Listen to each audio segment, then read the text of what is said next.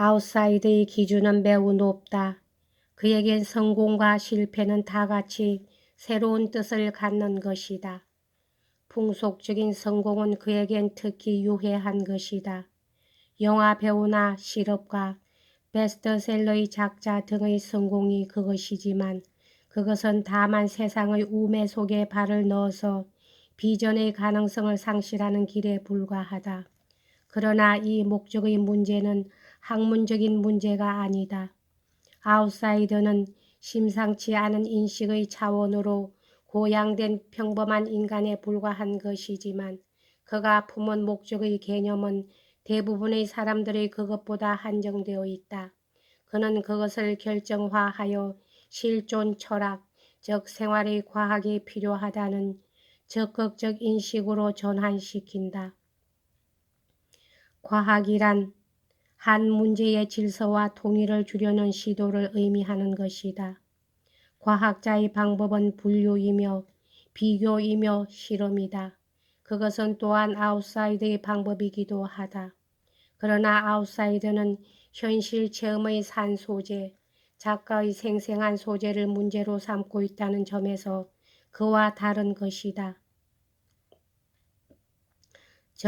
전저 아웃사이더에서 검토된 수많은 증거가 소설이나 희곡이나 일기, 특히 일기에서 취하여진 이유가 여기에 있다. 아웃사이더의 기술은 본질에 있어 생활의 과학을 지향하는 운동이다. 그러나 그것은 단 한 발자국의 움직임일 뿐이다. 이러한 과학을 인간은 아직 이룩하지 못하였으나 앞으로 이루어질지도 모르는 일이다.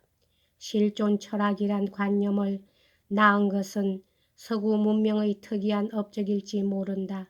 이러한 철학은 현존하는 어떤 철학과도 관계가 없으며 문예 비평이 철학과는 관련이 없음이 확실하다. 정신이 활력적일수록 그 실패의식 반복감과 도로감도 더해진다. 사환이나 자벽부는 같은 일을 24시간 후에 되풀이하여야 한다는 확신하에서 매일 사무소를 소재하는 데 만족한다. 천재는 자기가 정신을 바치고 있는 일이 되도록 영속적이기를 바란다. 존슨이나 게테와 같은 인물의 대수롭지 않은 회화도 후세에는 영구적 가치를 갖게 되는 것이다. 그러므로 도로라는 문제, 내적 목적의 좌절이라는 문제만이 아웃사이드의 가장 단순한 난관이 된다.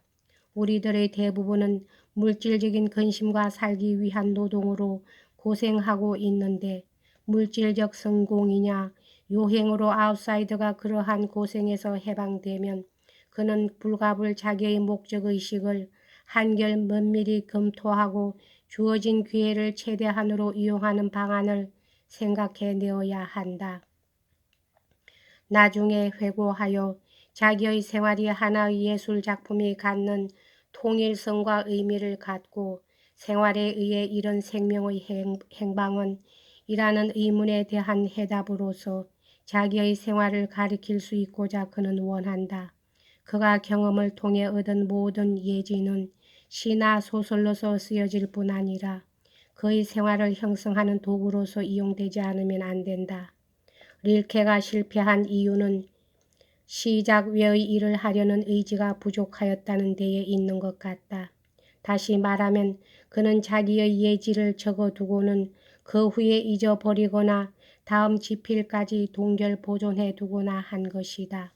시작 이외의 일로 자기 생활을 형성하려는 의사가 없었던 것이다. 그것은 자기의 목적을 의식적으로 규정하려 하지 않았던 것을 의미한다. 릴케는 예술 목적을 위해 자기의 경험을 통합한 것이며 보다 넓고 깊은 체험을 위해 그것을 행한 것이 아니었다. 이것과 관련해서 릴케에 못지않은 비전을 가지면서도 한결 적극적인 생활 개념을 가졌던 시인을 검토하여 보는 것은 매우 흥미 깊은 일일 것이다. 아르띠르 랭보이다. 랭보는 불란서 북부 샤르벨에서 태어났다. 1854년 버나드 쇼의 탄생 2년 전의 일이다. 그의 부모는 그가 6세 때 이혼했다. 현실적이며 의지가 강한 그의 어머니는 얼마 안 되는 수입으로 아이를 넷을 혼자서 기르지 않으면 아니 되었다.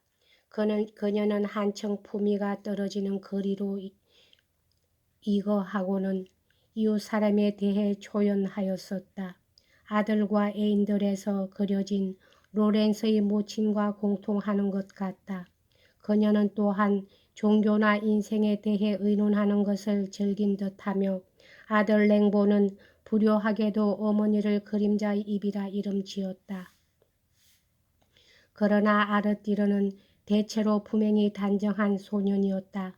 학교에서는 우수한 생도이었으며 어머니가 싫어하는 거리의 불량배와 어울려 놀 때를 제외하고는 매우 유순하기도 했다.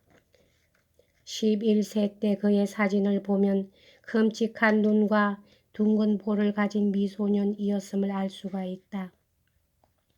광범위한 독서를 했으며 교사들은 그가 수재가 될 것이라 예언했다. 어느 때 그는 이집트, 실리아, 바빌론을 포함한 고대사 요약을 쓴 일이 있었다.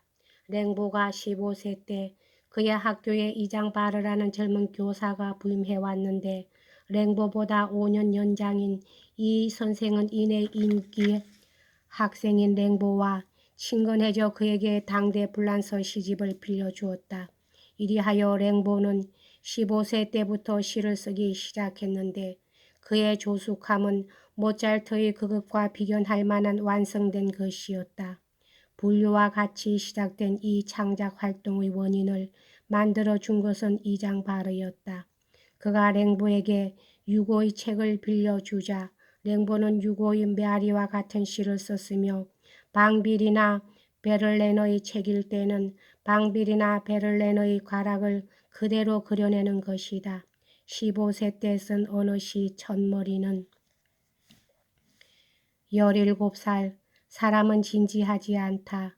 아름다운 밤, 맥주의 수호, 레모나드, 밝은 카페, 번쩍번쩍 호화롭다. 산책로의 보리수 밑을 어정거린다. 로 시작되며 거기엔 다음과 같은 아름다운 글이 포함된다.